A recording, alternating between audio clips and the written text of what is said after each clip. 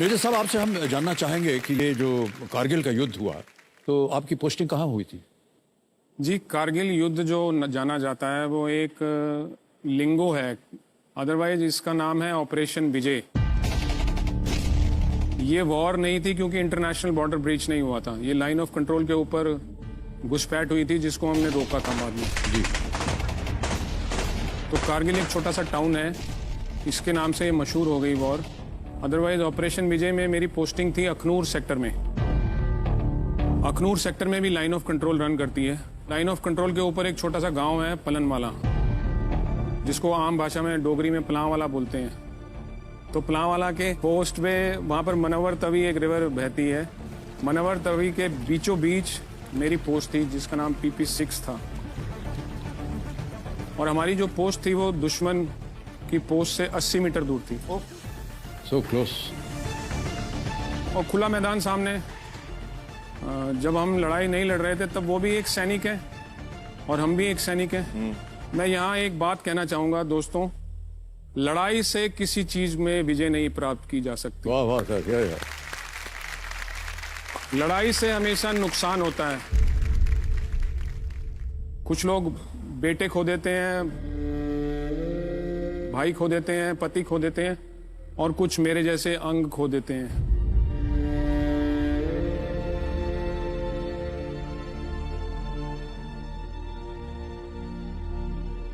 जीतना है तो प्यार से जीतो यार। लेकिन जब दुश्मन सामने खड़ा हो और आपकी मातृभूमि को बचाना हो, तब सैनिक का ये धर्म है और कर्तव्य है कि उसके जान के ऊपर से निकल के दुश्मन को जाने देगा और रोकेगा। बिल्कुल सही। तो भले ही लड़ाई शुरू होने से पहले हम आपस में बात करते रहते थे और वो पूछते थे, अरे भैया आज तो बड़ा हुड़दंग मचा रखा है। हाँ, लोहड़ी है, मनाएंगे क्यों नहीं, तुमने मिठाई खानी है तो आ जाओ। ओह अच्छा अच्छा। लेकिन लड़ाई जब शुरू हुई तो ऑपरेशन विजय के शुरुआती दिनों में थोड़ा मैं उनके नाक में दम कर रखा था। परेशान थे वो थोड़े। मेरी पोस्ट के ऊपर मैं पोस्ट कमांड कर रहा था जिसमें मेरे साथ एक JCO और 30 जवान थे। तो वहाँ से मैं उनकी पोस्ट के ऊपर ज़्यादातर एयर बस्ट करता था, क्योंकि हवा में जाके जब फटता था बॉम्ब तो नीचे फिर सब नेस्ता नाबूद हो जाता। जी जी। तो वो तड़प रहे थे कि यार इसको हटाएंगे किसी ना किसी तरीके से। तो 13 जुलाई को उन्होंने लड़ाई में थोड़ा सा विराम दिया। मुझे लगा कि यार चलो चाय पानी पीने का टाइम मिल गया। लेकिन लड़ाई में ज्यादा विश्राम मिलना अच्छा नहीं होता है। इसका मतलब यह है तूफान से पहले की शांति। तो वो 2 दिन तक कुछ रेक्की करके उन्होंने मेरा घूमना फिरना उठना बैठना नोटिस किया। और 15 जुलाई को सुबह फायरिंग शुरू हुई।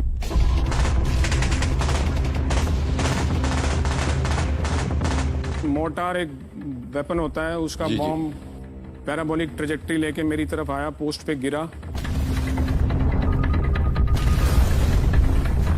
और मेरे को उसकी आवाज से पता चल गया कि ये पीछे जाके गिरेगा, क्योंकि लड़ाई में आपको आवाज से पता चलने लग जाता है कि बॉम्ब किधर गिरेगा।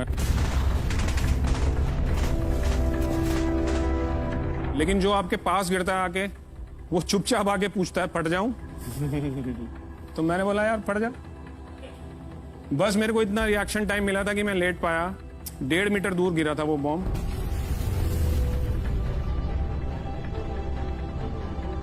और उसका किलिंग जोन जो है वो पॉइंट ऑफ इंपैक्ट से 8 मीटर का जो दायरा होता है वो किलिंग जोन है। अब उन्हें क्या मालूम था कि वो भारतीय सैनिक के ऊपर अटैक कर रहे हैं, एमुनेशन फालतू में वेस्ट कर रहे हैं अपना। तो वहां तो मैं क्षतिग्रस्त बहुत बुरे तरीके से हुआ। लहू लुहान 73 छर्रे मेरी बॉडी में अभी भी मौजूद हैं।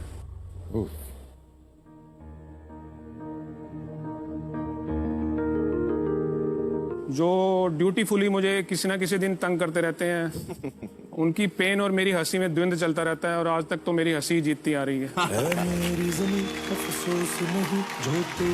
बात है, क्या बात है।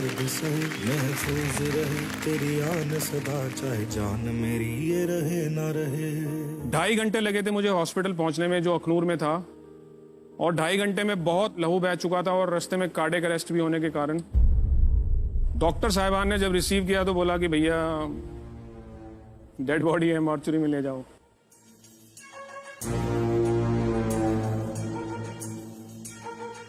लेकिन मैंने बोला ना आपको पड़ोसियों का बम था वो, अब उसको तो नष्ट करना ही था। वाह क्या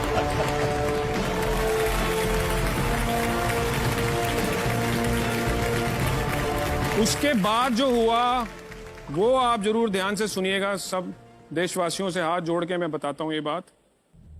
मुझे नहीं मालूम कि किस किस भारतीय ने, हिंदू, मुस्लिम, सिख, ईसाई, कौन सी जात, कौन सी कास्ट, कौन सी क्रीड से थे वो, उन्होंने मुझे अपना लहू दिया, मुझे बचाया। आज ये मैं बड़े गर्व से हमेशा बोलता हूं, आज फिर से बोल रहा हूं कि मेरा जो खून है वो सच्चा भारतीय मेरी रगों में है। वाह वाह